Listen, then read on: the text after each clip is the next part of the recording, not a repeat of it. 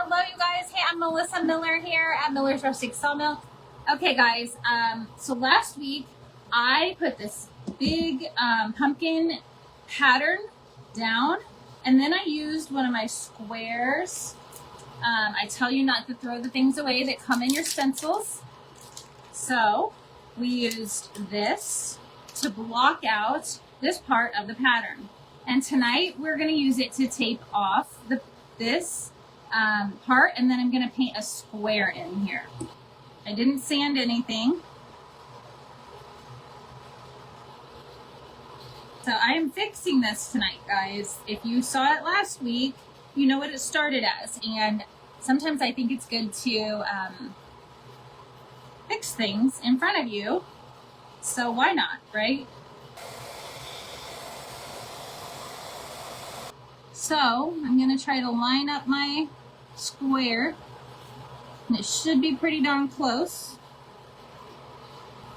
Probably going to get some paint on my fingers. You can expect that. Not moving this stencil. I'm going to hit it with a dryer because it is so hot. Hopefully this is going to look better than the blue.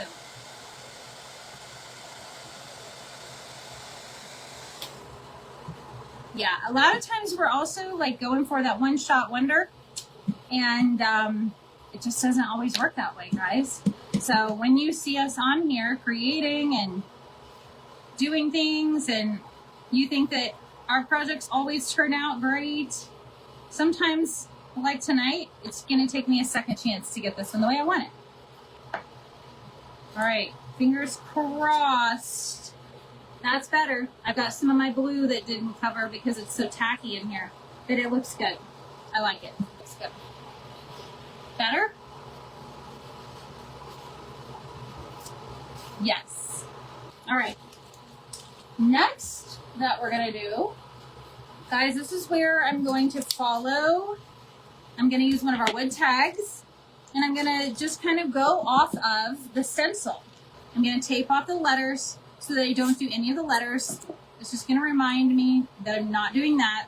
But when I'm doing several colors, I like to use my smaller dome brushes, or the mini brushes like this, or see how it's going to go. So this guy's going to be a little bit, I'm going to just dip in here, and he is going to just be a little copper guy that is metallic, and hopefully that's going to kind of make him stand out.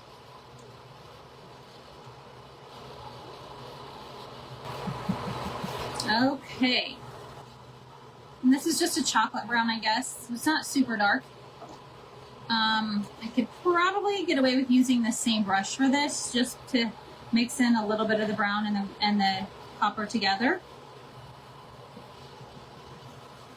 I might mix this with a little bit of black and do them really dark. And I'm going to do my little acorns, and they're going to go really dark.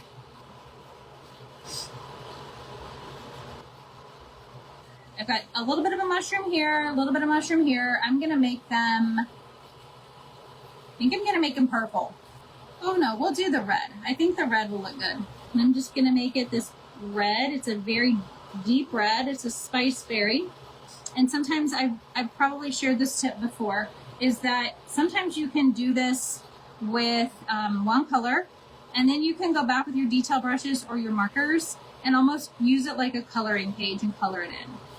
I'm going to use a green just to give it a little bit of a different tone. And I could come in and add some fall orange to this.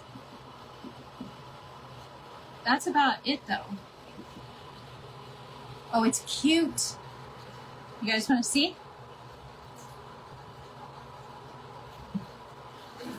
Look at how cute that is. He's pretty cute. Okay. So now I'm going to do the words.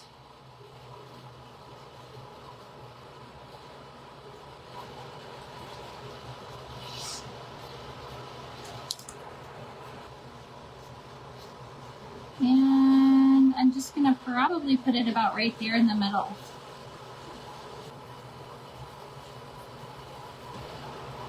A little bit of gold would probably also look good on there, but that turned out great. Okay. How cute is that?